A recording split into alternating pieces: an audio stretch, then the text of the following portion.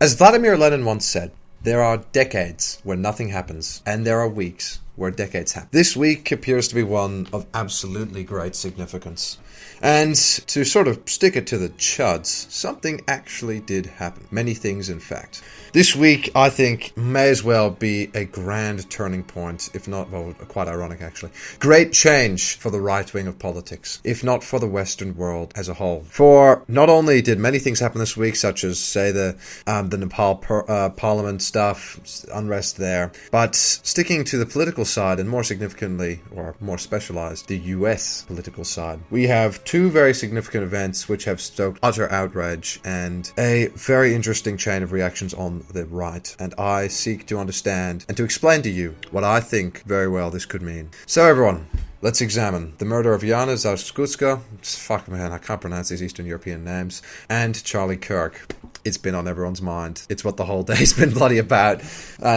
But let's get on into it. So we'll start off with Zarutska. Okay. Now, this may as well have been old news for because this was the 10th of September, and I think that's the 9th of September in the US. And for me, it's a heartbreaking event actually to see. This is a young woman who very well could have had very much potential in her life, who came to the US from the Ukraine, and her life was tragically cut short, probably because she didn't take some steps that she otherwise could have to save her. And it was definitely not her fault, but I mean, you can sort of see why Americans don't take public transport. It demonstrates sort of the rise of a hate-based killing. The killer, you can hear it on the CCTV video, said, "I got that white girl," or probably something like, "I got that white girl, fool," something like that, upon walking out. And what's even worse is that nobody on the train, I'll look over their race, because at the end of the day, that's not the significant thing. But all the African-American people on the train, which was the majority of them were, did absolutely nothing. And she was left to bleed out on the train. Now, while this is a very tragic event, and,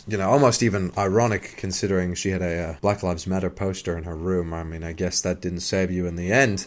It has caused crazy uproar on the right. I mean, if you're in the right political sphere, and, obviously normies don't know too much about this, and the media didn't report on it whatsoever. I'll get to that later. But this has caused a pretty enormous uproar. Fuentes was talking about it even. And it has proved something quite damaging and quite worrisome, as I say for myself. As my own commentator, with my own views as well, I think that we should be very, very careful when addressing these race-based hatreds, killings, etc. Okay? To quote Fuentes said, if she just had a little bit more racism, her life would have been there. And while that may be true, I'm going to argue that for a society as a whole, we should definitely not go back or go to become a racist one that purely judges others based on the color of their skin and absolutely nothing else, as I believe that is one of evil and frankly hatred.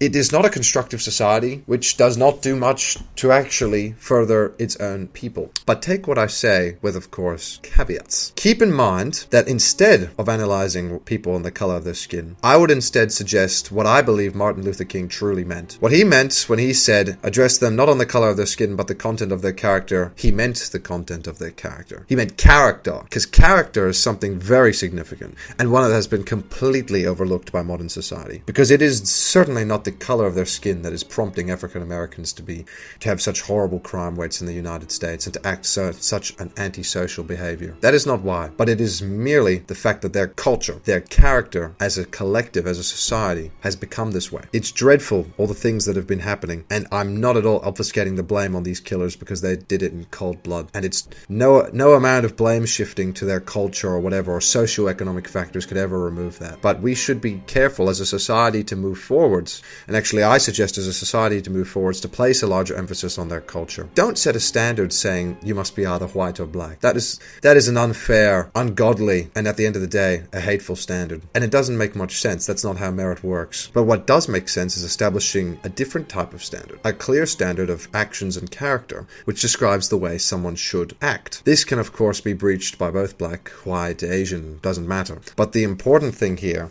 is that we do not distinguish on factors that people cannot control. People can control how they act in public. People can control whether or not to kill. And we must, if there's anything more significant in this world, stop the dreadful parts of other people's cultures. Because at the end of the day, there is one culture which has conquered the world and has proved itself to be the most successful in history. And that is, of course, Western European culture. Now, I don't say that to be bigoted, and I don't say that to force other people into our culture. Of course not. But I am just saying that I need to be careful saying Judeo-Christian. The Christian tradition of good morals, good actions, and good behavior is one that must be utmostly upheld. And it has got nothing to do with your skin color. Absolutely nothing. And that is what we must keep in mind as a society. But that's a tangent that I've gone on. But now let's get to the big daddy of this, so to speak.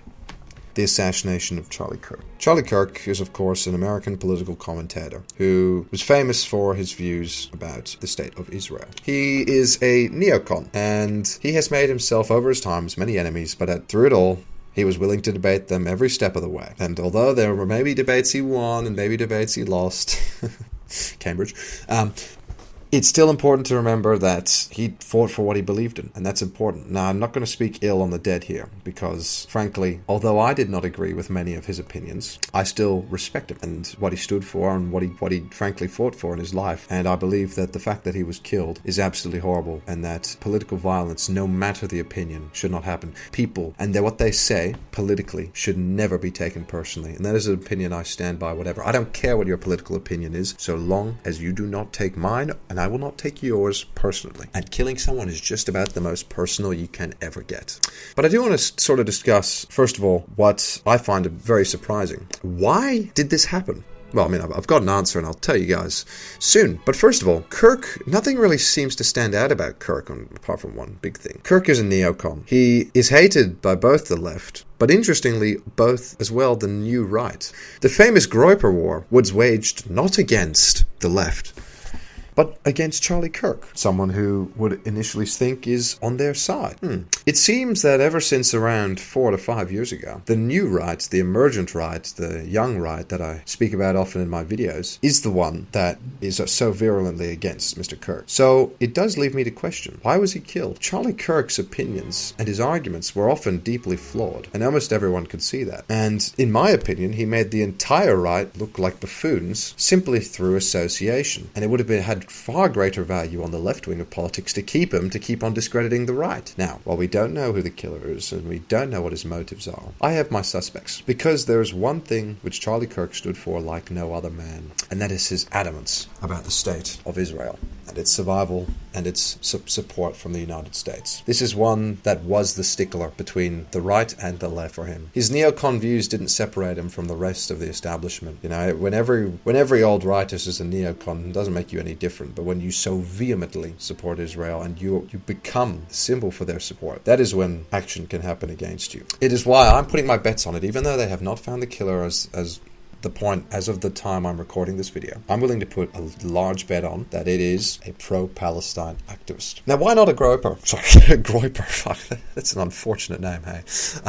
Why not a Groyper? Well, to put it simply, I frankly think that the new right has much bigger fish to fry than the pro-Israel lobby. There are a lot of parts that come through first than Charlie Kirk, and assassinating him would not really further many of the goals on the right. But it also doesn't really further much on the left, which is why I see this as purely just a hate or anger-based killing. This is purely based on someone who is clearly overwhelmed and taken up by this Palestine discussion. You've seen how this is utterly... Look, even though I may not agree with them, I try and stay respectful to their beliefs, but I think of it as an infection. They're infected with this fanaticism towards the Palestinian cause that even though they have no blood relation to, they have no cultural relation to, they are still willing to risk their life, their job in some cases, and their positions to defend it so vehemently. And while that I respect, I still question the status on which...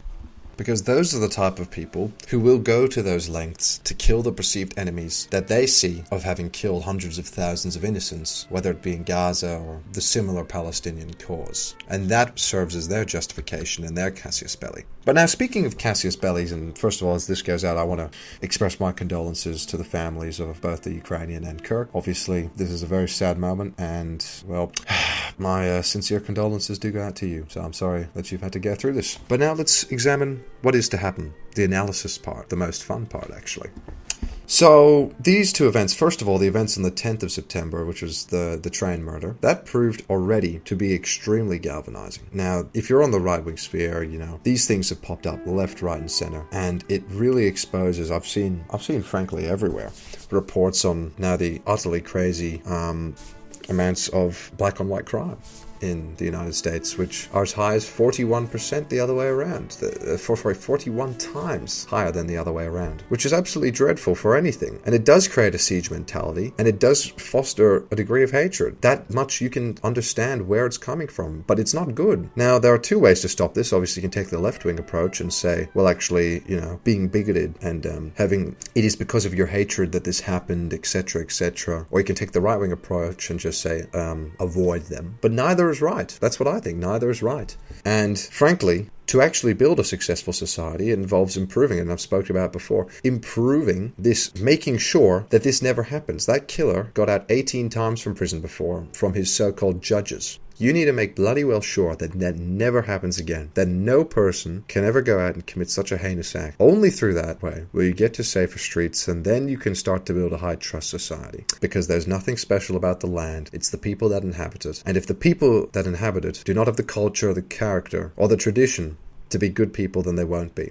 So that much you must bring upon them, and that way you can build a good society. But now, what do I think will happen? Firstly, the main but. If, and I say this now with utmost seriousness, if there is a reprisal to any of these two attacks on a left wing or etc. or whatever, if that comes out, there will be the outbreak of significant political violence across the United States and possibly the Western world as a whole.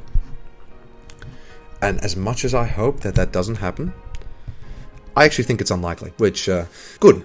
I don't want political violence to break out, and although that might be the change that many on the right have been seeking for, and that's the beginning of the end of the current establishment, it's not a change that we want to see. The war that eventually ends, the pain and suffering is going to be infinitely worse than the pain and suffering was, and that's what makes breaking out of the shell, breaking out of the monotony so hard. It's so difficult to do so, and frankly, if there's any easier way to do it, like doing it through the ordinary political route, I think us on the right should certainly take that one. But why don't I think that reprisals will happen? Well, first of all, I think that Kirk himself was not significant enough on the right to do so. Had it been someone more significant on the right, say it was Fuentes, say it was Donald Trump, and, you know, even possibly, look, it could be Jordan Peterson as well, but unlikely. There would be, I think, large-scale riots, similar if not bigger to the one seen in the UK earlier this year, which I made a video on, in America.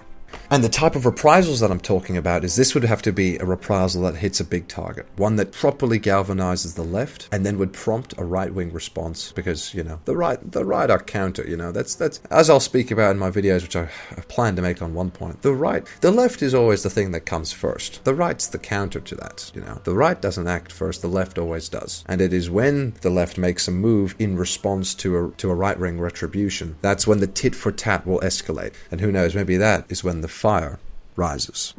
Defeating the radical left, the Marxists, the agitators, the anarchists. With you at my side, we will demolish the deep state. We will liberate America from these villains once and for all. As my first order of business, I hereby declare martial law. You have to take out their families. When you get these terrorists, you have to take out their families. He's a killer. A lot of killers. There are a lot of killers. Well, you think our country's so innocent? Death penalty. Bring it forth. But on actual targets, I was thinking about this earlier today. I think that probably the most likely retribution target is someone like Zoran Mandani. He has the potential to take over a large part of New York State. Become the governor of New York City or New York State.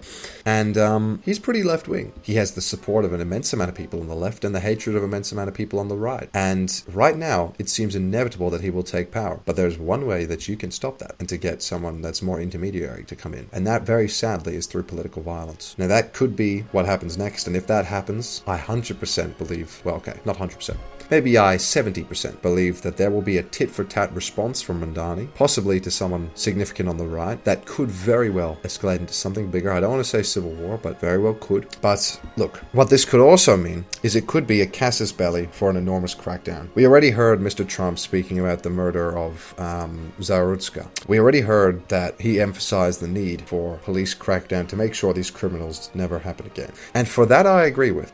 But to a certain extent, of course. It is very often used that these sorts of casus bellis become the catalyst for a much larger authoritarianism. And that much I dislike. As I will speak about in many, many times, and I will say many, many times, currently the pendulum is on the left. The great pendulum of history, Spengler's pendulum, if you so want to call it that. Currently it's on the left. But, and I say but, I fear how far it will swing on the right. I really do. Because while I might be on the right myself, most reasonable and rational people on the right, I think, can fear the more obscene elements of it and the possible traps that you can get into and the evils that come from there. So, I know it's been quite blackpilling, but there's just so much uncertainty in the air. And honestly, I am so unsure about what the position that we stand in right now is. Very well, this is an age where so much happens. And clearly, this age of political violence doesn't seem to be stopping, sadly. Well, anyways, I'll continue coverage on stuff like this. Subscribe if you would like. But that's Historiator. Thank you so much for listening. And well, goodbye. And yeah, God be with you guys. I hope you guys stay safe.